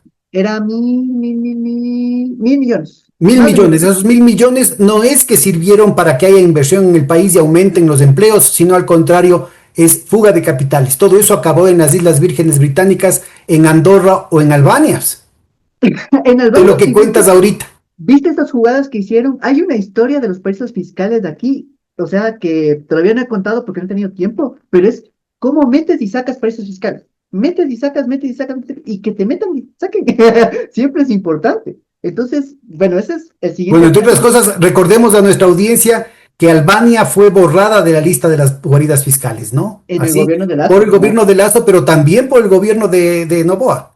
Y sabes Y que, Noboa adrede, ¿no es cierto? Él que también tiene vinculación con guaridas fiscales, con inversiones en contra de la ley, sí, sí, sí. simplemente borró las disposiciones para cubrir, digamos, su O, o situación sea, legal. o sea, verás, en el gobierno ya de Noboa, en el primer gobierno, volvió a Albania, pero después él hizo algo todavía peor, que eran los regímenes preferentes, que también tenían característica de paraíso fiscal. Los borró, o sea, Claro, eso es totalmente. gravísimo, eso es grave, o sea, ya vamos a explicar, no se preocupen, estamos en la construcción, ¿ya? Pero lo que quería decir con esto es que no es menor lo que pasó, porque en esa agenda que nos cuenta Pedro, o sea, que no nos pasen la ley era como defendernos, o sea, defendernos, defendernos, defendernos. El momento en el que se clava a los bancos un impuesto, me parece a mí que ya no solo fue la defensa, ya basta. O sea, tenemos que contrarrestar esto de aquí. Y se clavó el impuesto y los bancos, Pedro, sus publicaciones en Twitter son así, mira, de la ASO de bancas. De repente les quieren clavar un impuesto. Comenzaron a hacer entrevistas en radio, en televisión, pero no fueron a la asamblea porque sabían que no iba a haber tanto eco, pero mandaron a sus subalternos, ¿no? Que les defienden sin decirlo abiertamente. Y lo interesante de todo esto es que a pesar de todo triunfó y se logró cobrar un impuesto a los banqueros. Y los bancos decían que, uy, uy, se va a acabar el mundo. Miren lo que pasó. Pasaron de 6,77 miles de millones de ingresos a 7,23. La banca aquí, cuidado con lo que voy a decir, porque ese es el título de un artículo que voy a Atentos, escribir. que son ingresos extraordinarios, ¿no? Esos son ingresos según una revista que le sacó para que no Claro, digan pero que son no son. ingresos brutos extraordinarios. Esto es importante ubicar porque hace un momentito mencionábamos las ganancias líquidas Eso, declaradas. esos Porque son los buena parte, ingresos brutos. obviamente, recordemos que buena parte del centro de gravedad de todos estos bancos, grandes bancos ecuatorianos, está en el exterior. Entonces, buena parte de sus ganancias no quedan registradas dentro del país. Claro, por eso para mí siempre fue fundamental grabar ingresos porque en las utilidades se diluye mucho el tema, ¿no? Pero bueno, en todo caso se logró una victoria. Lo que dijeron los bancos que iba a pasar, que nos íbamos a ir a la porra y que todo, no pasó, de hecho tuvieron más ingresos incluso. Así que es momento de pensar en un impuesto permanente a los banqueros. Me parece a mí que es importantísimo. Tenemos que financiar el presupuesto del Estado hay que pensar en un impuesto que ya no sea extraordinario, que sea permanente y que lo pueden manejar muy bien. Y esto yo le hacía referencia a Meloni, también estén aquí en el artículo, porque en un tema de ideologías, pues claramente vemos que quizás lo políticamente adecuado es tomar en cuenta lo que hacen sus pares de extrema derecha acá, allá en Europa. Me pregunto yo aquí, estas extremas derechas, ¿cómo le llamamos? Hiper tiranía de derecha, o sea, tenemos que ver más allá de la miopía de solo llamar extrema derecha, reaccionarios, porque aquí se están haciendo cosas y desde luego no es porque Meloni también, o sea, personalmente lo quiera hacer, es porque también hay un clamor popular que me parece que a Claro. mí debemos tenerlo constante y esto es importantísimo porque es como si nos hubieran clavado el IVA y se acabó todo. O sea, ahí metieron el tema del ISD, metieron el tema de los bancos, de la banca, metieron un aporte de las empresas. O sea, ¿por qué Bueno, no yo apoyar creo en que ese es muy sentido? importante esta convocatoria que estás haciendo, Jonathan, porque es obvio que la oligarquía y el gobierno de manera personal ha tomado la victoria popular como una afrenta, ¿no? Como una afrenta personal y entonces ellos van a pasarse por encima este pronunciamiento en las urnas y van a continuar con su agenda yéndose en contra de la Constitución y de las leyes. Así es que hay que estar muy atentos y ese clamor popular tiene que estar muy vigilante en estos detalles. Por eso el diablo está en los detalles y lastimosamente los detalles requieren investigación y es lo que menos hay en el país. Yo te agradezco muchísimo este esfuerzo que estás haciendo, Jonathan, y espero que vayas consiguiendo más y más apoyos hasta conseguir ese punto, hasta lograr ese punto de equilibrio al que hacías referencia. Sí, pues mi Pedro, como ustedes pueden ver aquí, pues esta es la página a la que ustedes pueden acceder, es la página de Patreon, pero siempre está la otra página también que está abierto para todos y todas ustedes, ¿no? Entonces, hay algunas muy buenas investigaciones de aquí que son abiertas, yo les invito a que se suscriban, si es que en algún momento tienen los recursos, por favor suscríbanse, y hemos hecho ahí han hecho algunas compritas también ahí, les agradezco a muchas personas que lo han hecho, y aquí, como nosotros han escuchado con Pedro, somos bien dispersos, pero nos gusta también porque vimos varias cosas. Aquí no solo van a encontrar, si me permites, Pedro, tomar los últimos minutos para que Sí, vean un poco los artículos, porque quiero llegar a un artículo fundamental, ¿no? Aquí la ciencia y la caída de remuneraciones de Ecuador, es lo que veíamos contigo, Pedro, que hay una caída de las remuneraciones que es importante tomarla en cuenta, que es fundamental, hecho a partir de cuentas nacionales. Este es un análisis de salario básico unificado, desde una opinión también. Aquí hay un análisis. Ah, ahorita que dices del diablo está en los detalles. Mucha gente hablaba del tema de reforma presupuestaria y no tenía idea de cómo entrar. Entonces lo que yo hice fue, con esta página, armar una plataforma para que puedan buscar la institución que ustedes querían, a ver cuánto le estaban bajando, subiendo. Aquí van a encontrar ustedes siempre ayuda a la ciudadanía, pero aquí un detalle fundamental es que el gobierno te pone en una fecha que salud, por ejemplo, tiene hasta noviembre 4.000 millones y en diciembre de repente te bajan la proforma a 2.000 millones. ¿Qué implica esto? Que en papeles, como el papel aguanta todo, te dicen que sí va a aumentar el 2% del PIB, pero no funciona de esa manera, ¿no? Aquí sea, es tenemos una la verdad. mentira. Lo que está diciendo Jonathan es que es mentira. Están cumpliendo. Entonces, sobre el presupuesto que ya está recortado, no le desembolsan lo que ya le han aprobado y lo cual le obligan a quitar, le obligan al ministerio, ¿no es cierto?, a no tener, no solamente que no tener plata, sino que al siguiente año dicen, usted no puede gastar más de los 2.000 que gastó el año anterior y le recortan todavía más del presupuesto. Imagínense eso, o sea, aquí está ese artículo de cómo el papel aguanta todo, porque hacen ese recorte, y claro, a partir de eso, yo veo como persona ahí, digo, sí van a subir a la salud, entonces no me voy a quejar, o lo que con las universidades, que unas dicen que sí, que no, o sea, hay que tener, porque lo que dice Pedro es fundamental, el diablo está en los detalles, aquí está. Miren, a mí me gusta mucho ver películas, ver series, y aquí está un artículo que a mí me encanta, de los que más me gusta escribir, que siempre lo pensé. Cuando yo pensaba en la plataforma, de los artículos que más pensé, que más quería hacer era este, ¿no? Comedia y fascismo. O sea, cómo se representa el fascismo y cómo nosotros tenemos límites hacia ciertas cosas.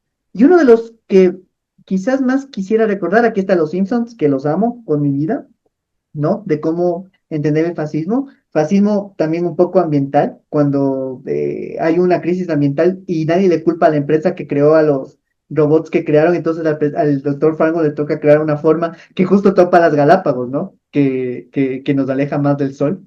Y aquí cómo le culpan a cómo le culpan a los humanos, ¿no? Como fueran los causantes de todo, cuando ellos saben perfectamente que los culpables son un gobierno corrupto de robots incompetentes, no sé qué así, pero ese es el que más me gusta, Seinfeld, porque en Seinfeld se hacen pasar por unos que van a dar una conferencia, al final descubren que son unos nazis, y es increíble cómo las personas de Nueva York, más allá de que sean comunistas, socialistas, izquierdosos, van a hacer una protesta para que esta persona no vaya a dar la conferencia. O sea, hay un clamor, una suerte de límite moral, lo quiero llamar así, en la que esta persona no puede dar esta conferencia. Entonces, es una muestra, a mí me parece que tenemos que volver también en ese llamado a cobrar impuestos, a regular el tema de quién está en el poder, pero también al tema de volver a indignarnos y de limitar cosas que no deberían ser. O sea,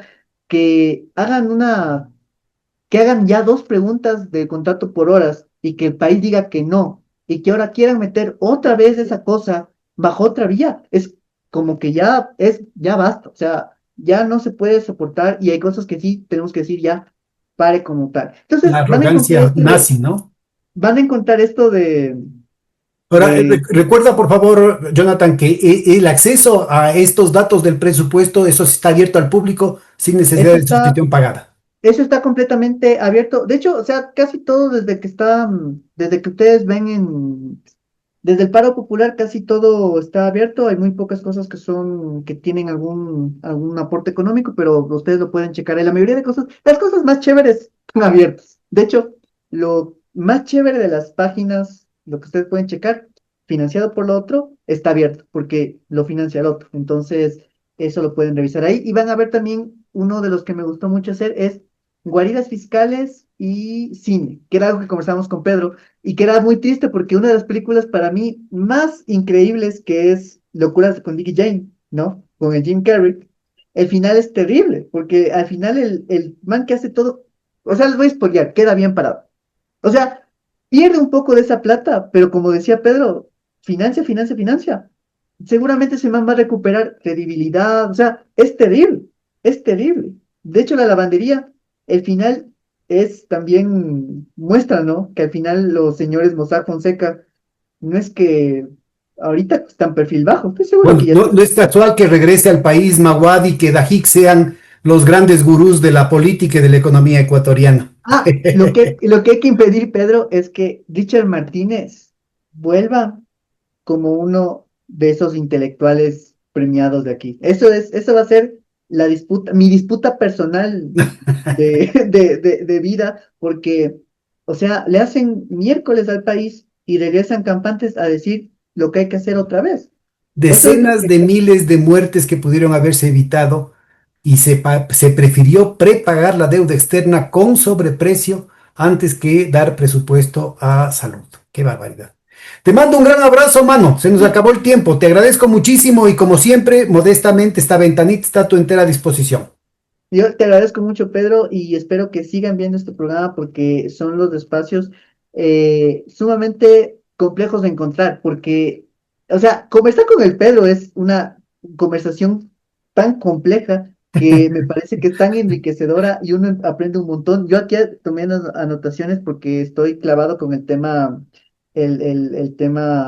riqueza y Medici y cómo la banca puede promover estos elementos. Así que es fundamental. Ustedes no van a encontrar esto. Y imagínense que estas conversas eran las que teníamos todos los días. Por eso si ustedes ven que ahorita yo ya sé más cosas y parece que medio la muevo, es porque le tuve al Pedro como maestro y espero que pueda ser pues nuestro maestro durante mucho más Ya tiempo. me está ardiendo la cara del rubor. Te mando un gran abrazo. Cuídate mucho. Ya Te nos vemos. agradezco mucho, mi Felicidades, querido así no Pedro. te Un veo. abrazo. Feliz Navidad. Muchas gracias. Feliz Navidad de nuevo. Nos vemos.